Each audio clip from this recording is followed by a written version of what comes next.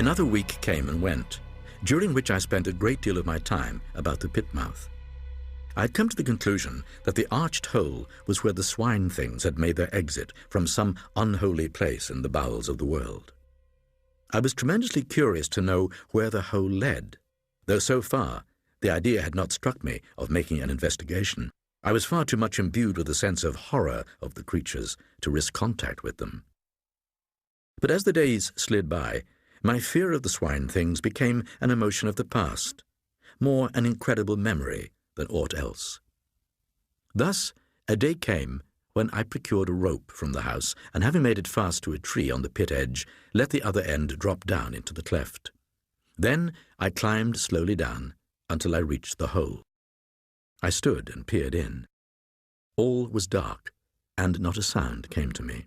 Yet a moment later, it seemed I could hear something. I held my breath and listened, but all was silent as the grave, and I breathed freely once more, and then I heard the sound again.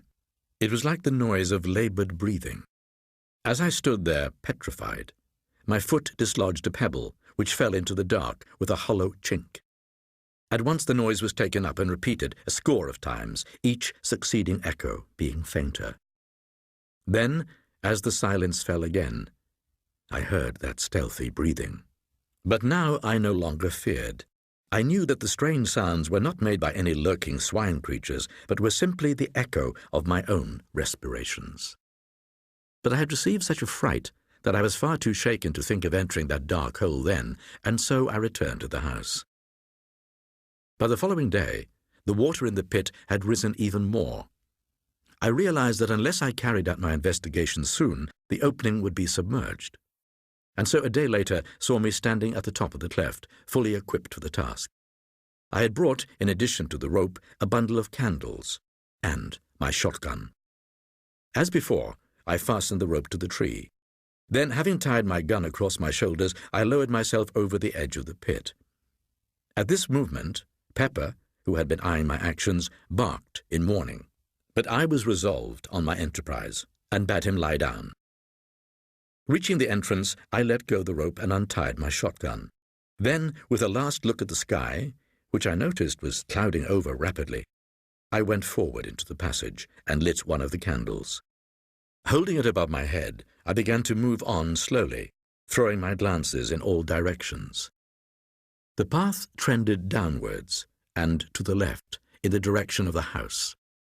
Very cautiously, I progressed forward, stopping every few steps to listen. I had gone perhaps 100 yards when, suddenly, it seemed to me that I heard a faint sound behind me. With my heart thudding heavily, I listened. I could hear it distinctly now, the soft padding of running feet. I backed against the rocky wall and, holding the candle above my head, waited, gun in hand. Seconds later, 2 eyes reflected back from the gloom the rays of my candle. I raised my gun and aimed. Even as I did so, something leapt out of the darkness with a blustering bark of joy that woke the echoes like thunder. It was Pepper. He was dripping wet.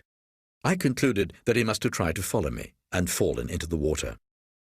But I was curiously glad to have the old fellow with me. He was company, and somehow I felt less afraid. For some minutes we proceeded slowly along, the path still leading straight towards the house. But then I stopped and held the light high, and reason enough I had to be thankful that I did so, for there, not 3 paces forward, the path vanished into a hollow blackness. Very cautiously I peered down, but could see nothing. I crossed to the left of the passage. Here, against the wall, was a narrow track, some 3 feet wide, that led onward. Carefully, I followed it. On one side, the solid, unyielding rock, and on the other, a yawning chasm. Gradually, I noticed that the path trended steadily to the right, and I discovered that I was not going forward, but simply circling the huge abyss. I had evidently come to the end of the passage. 5 minutes later, I stood on the spot from which I had started, having been completely round what I now guessed to be a vast pit. I picked up a rock and hurled it into the chasm. Then I stepped forward and listened, but though I kept perfectly quiet for at least a full minute, no sound came back to me from the dark. I knew then the depth of the hole must be immense. I lit several more candles, and putting them on the edge, I tried to get some dim sight of the place. But they were totally insufficient for my purpose. And then Pepper gave a sudden howl that was taken up by the echoes and repeated with ghastly variations, dying away slowly. At the same moment, I seemed to hear a noise like a diabolical chuckle rise up from the depths below. I started. Then I recollected that it was probably the echo of Pepper's howl. Pepper moved away from me, nosing along the rocky floor. I went towards him, holding the candle low, and as I moved, I heard my boots go sop, sop. From somewhere along the passage, a stream of water was running in the direction of the great opening. And then I heard a murmurous roar that grew louder and filled the whole cavern with a deafening sound. I had sprung to one side and, turning, saw a great wall of foam sweep past me and leap tumultuously into the waiting chasm. After the first rush, the flow of water eased, but a short examination showed me that the water reached right across the passage and was running at a tremendous rate. It was evident that I must make my exit as hurriedly as possible. The noise of the water was deafening, but with a call to Pepper, I stepped out into the flood, using the gun as a staff. Instantly, the water boiled up over my knees. It was all I could do to keep my legs. Pepper managed a great deal better than I did, going ahead of me like a guide and helping me to break the force of the water. On we went, struggling and gasping, until about 100 yards had been safely traversed. Then, suddenly, I slipped. Instantly, the water leapt over me in a cataract, hurling me down towards that bottomless hole. I was helpless, gasping and drowning. But all at once something gripped my coat. It was Pepper. Missing me, he must have raced back to find me and then caught and held me until I was able to get to my feet. I have a dim recollection of having seen momentarily the gleams of lights, but of this I have never been quite sure. Of course, the lights could have been the distant flames of the candles I have left burning, but as I have said, I am by no means sure. My eyes were full of water, and I had been badly shaken.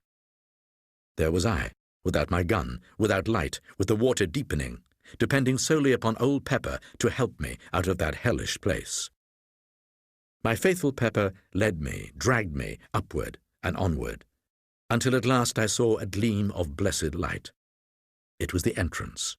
Only a few yards further, and I reached the opening, with the water surging hungrily around my loins. And now I understood the cause of the catastrophe. It was raining heavily, literally in torrents. This had caused the premature rise in the level of the lake. Luckily, the rope by which I had descended was streaming into the opening. Seizing the end, I knotted it around Pepper's body, then, summoning up the last of my strength, I climbed up the side of the cliff. I reached the edge in the last stage of exhaustion. Yet I had to make one more effort and haul Pepper to safety. I have but a very hazy remembrance of the end. I recall pulling through moments that lagged strangely. I have also some recollection of seeing Pepper's muzzle appearing over the pit edge. Then all grew suddenly black. I suppose I must have swooned, for the next thing I remember, I opened my eyes and all was dusk. I was lying on my back, and Pepper was licking my ears. Eventually, I managed to stand up and make my way back towards the house. How I reached there, I scarcely know, and of the days that followed I remember still less. When I recovered my senses, it was to find that I had been in bed for 2 weeks.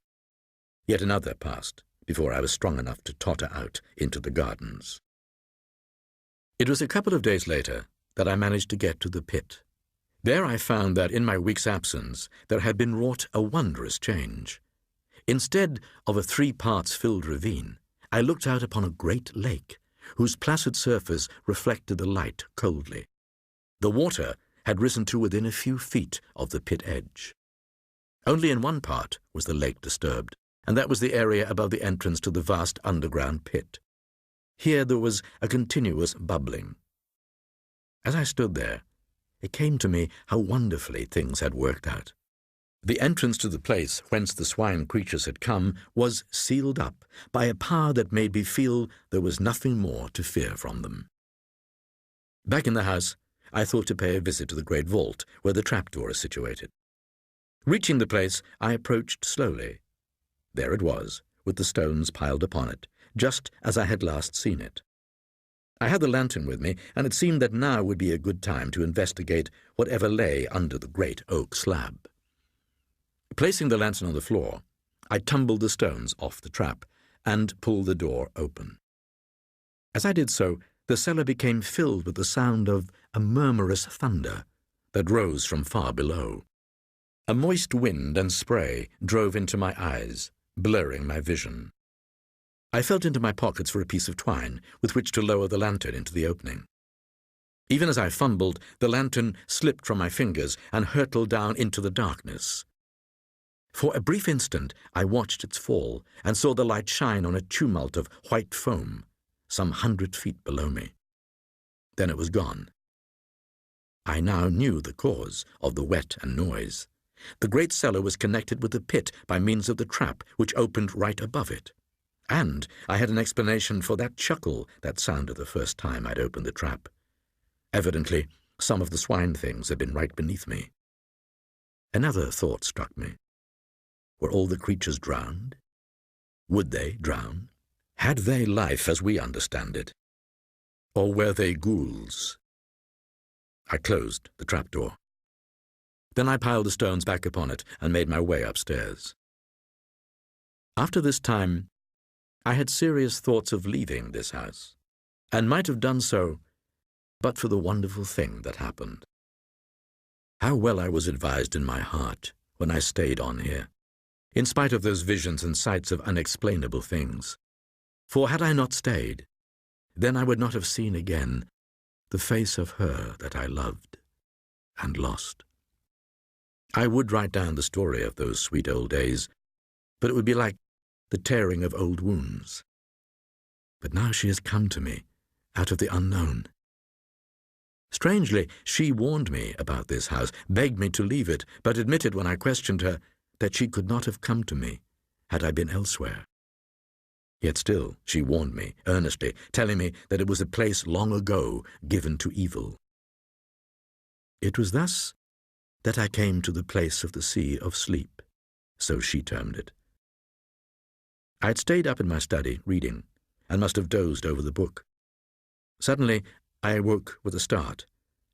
For a moment I looked round with the puzzled sense of something unusual. There was a misty look about the room. The flames of the candle shone through it palely at first, but gradually it increased, and soon I could see nothing. I cannot tell how long a space thus passed, but after a while I became aware that I was standing on the shore of an immense and silent sea. Overhead, the sky was of a uniform grey colour, the whole place being lit by a stupendous globe of pale fire that swam above the horizon. Beyond the gentle murmur of the sea, an intense stillness prevailed.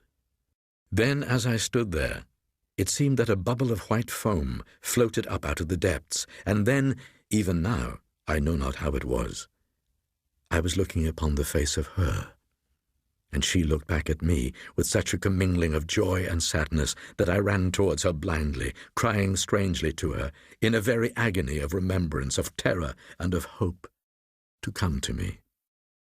Yet in spite of my crying, she stayed out there upon the sea, and only shook her head sorrowfully.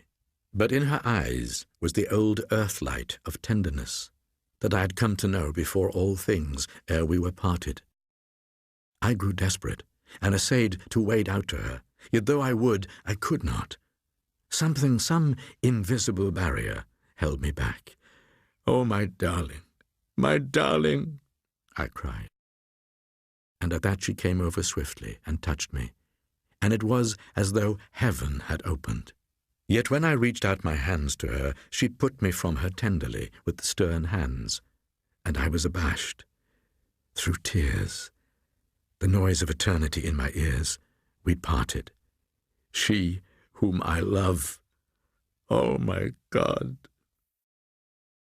I was a great time dazed, and then I was alone in the blackness of the night. I knew that I had journeyed back once more to the known universe. And now I come to the strangest of all the strange happenings that have befallen me in this house of mysteries. It was night, about 11 o'clock. Pepper and I kept one another company in the study. I was reading, curiously enough, the Bible. I have begun in these later days to take a growing interest in that great book. Suddenly, a distinct tremor shook the house, and there came a distant, whirring buzz. I looked across at Pepper. He was sleeping peacefully. Gradually, the whirring noise decreased, and there came a long silence. All at once, a glow lit up the end window. I walked across the room and pulled aside the blind. As I did so, I saw the sun rise from behind the horizon. It rose with a steady, perceptible movement. I could see it travel upwards. Up it went. It was broad daylight now. Behind me, I was conscious of a sharp, mosquito-like buzzing. I glanced around at the clock. Even as I looked, the hour hand moved quickly from space to space. I had a dumb sense of astonishment. I saw now that the sun had risen high into the heavens and was still visibly moving. As the window came into shadow, I saw another extraordinary thing. The fine weather clouds were floating across the sky. They were scampering, as though 100 miles an hour wind blew. To the west, I saw the sun drop with an incredible, smooth, swift motion. Quickly, the room began to darken. The sun disappeared from my sight, almost with a jerk.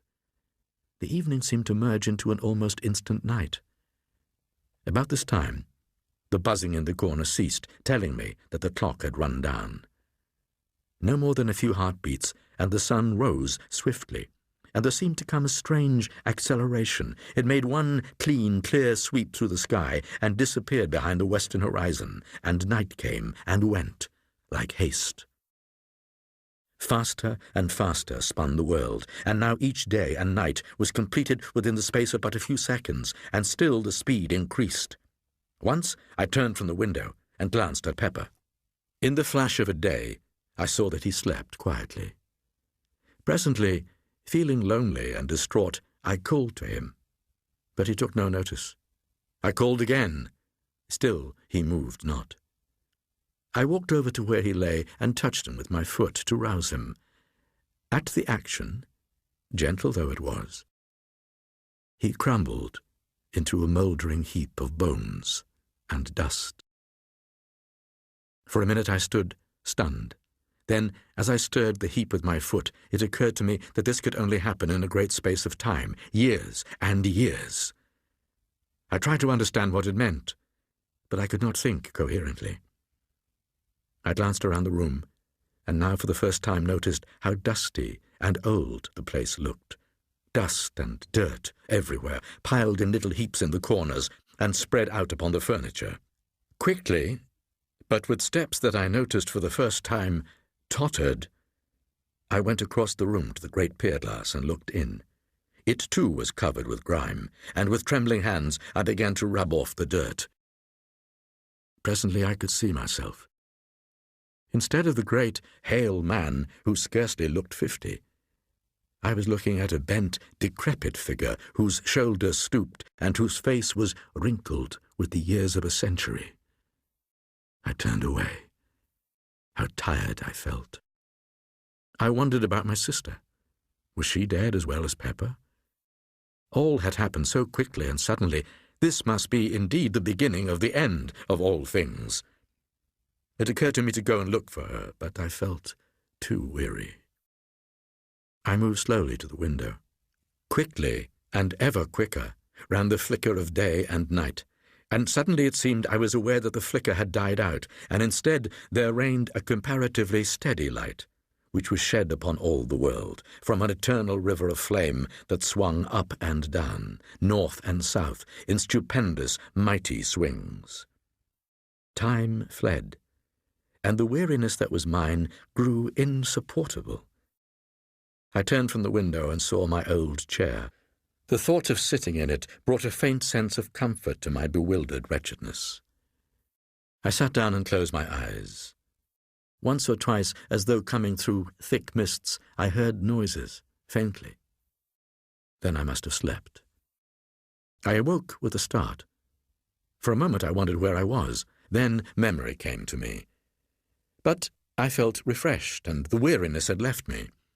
Suddenly it struck me, with a sort of grotesque seriousness, that I was still alive. I thought of Pepper and wondered how it was that I had not followed his fate. I was alive, hundreds and thousands of centuries after my rightful period of years. I glanced around the room. It seemed different, strangely, utterly different. Then I knew what made it appear so strange.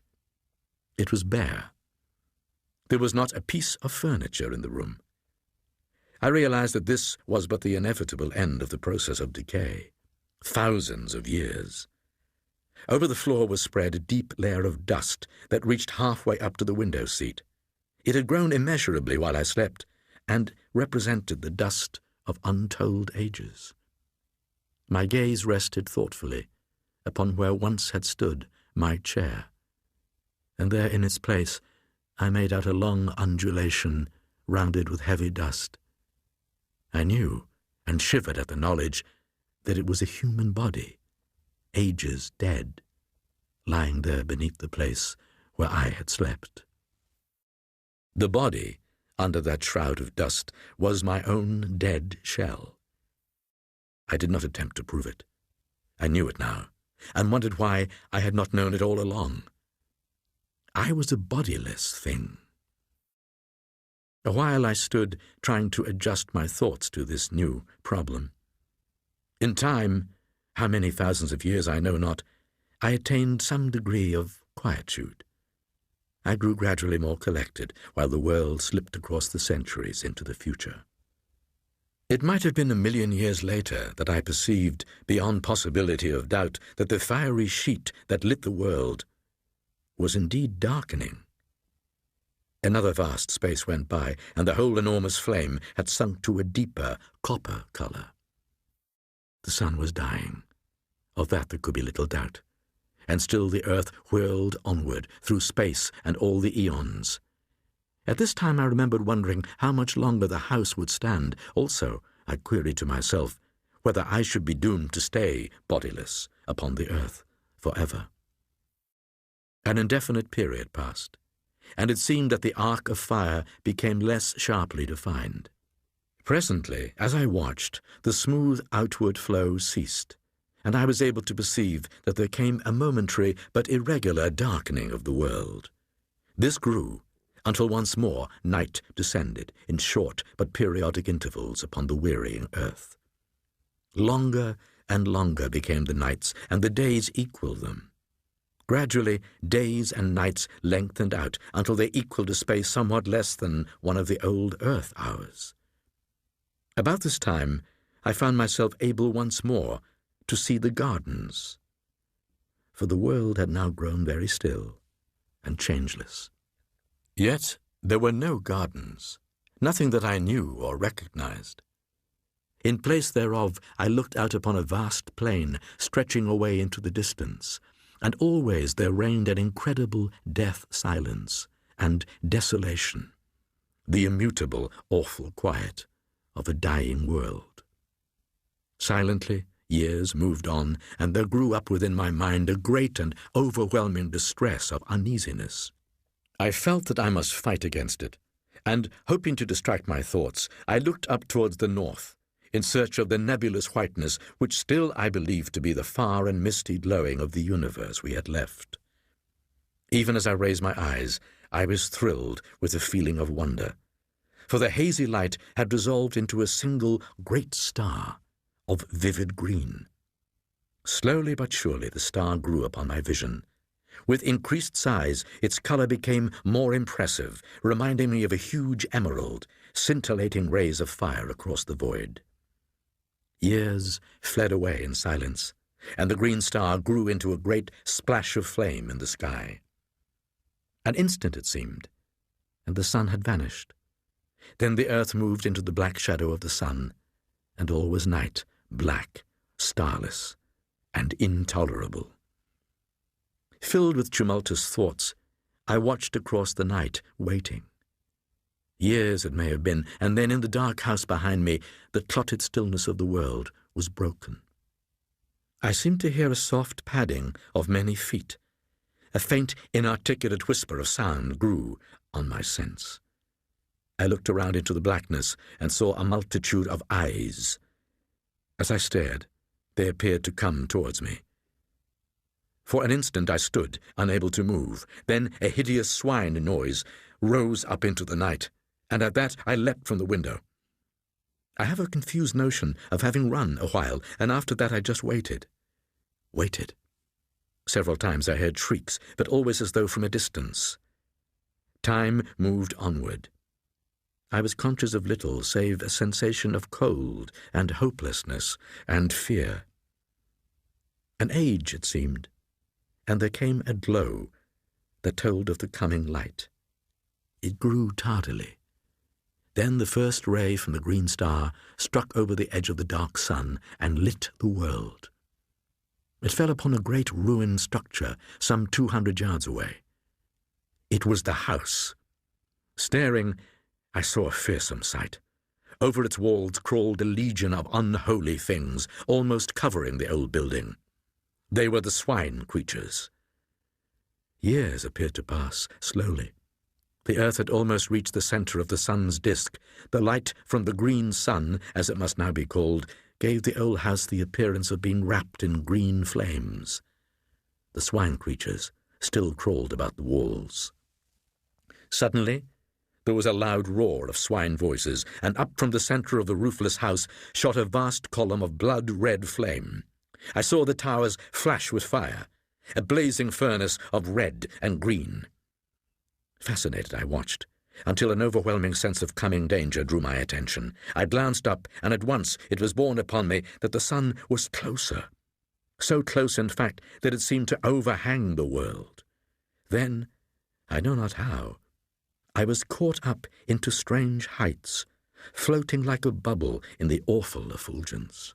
Far below me, I saw the earth, with the burning house in a mountain of flame. Round about it, the ground appeared to be glowing, as though the world was becoming ignited from that one plague spot of fire.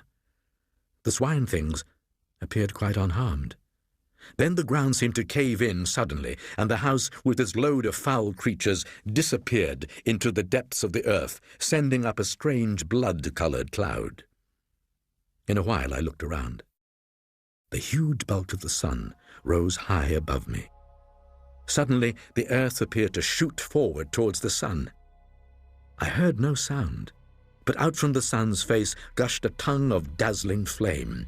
It seemed to leap almost to the green sun, shearing through the emerald light, a very cataract of blinding fire. It reached its limit and sank, and on the sun glowed a vast splash of burning white, the grave of the earth.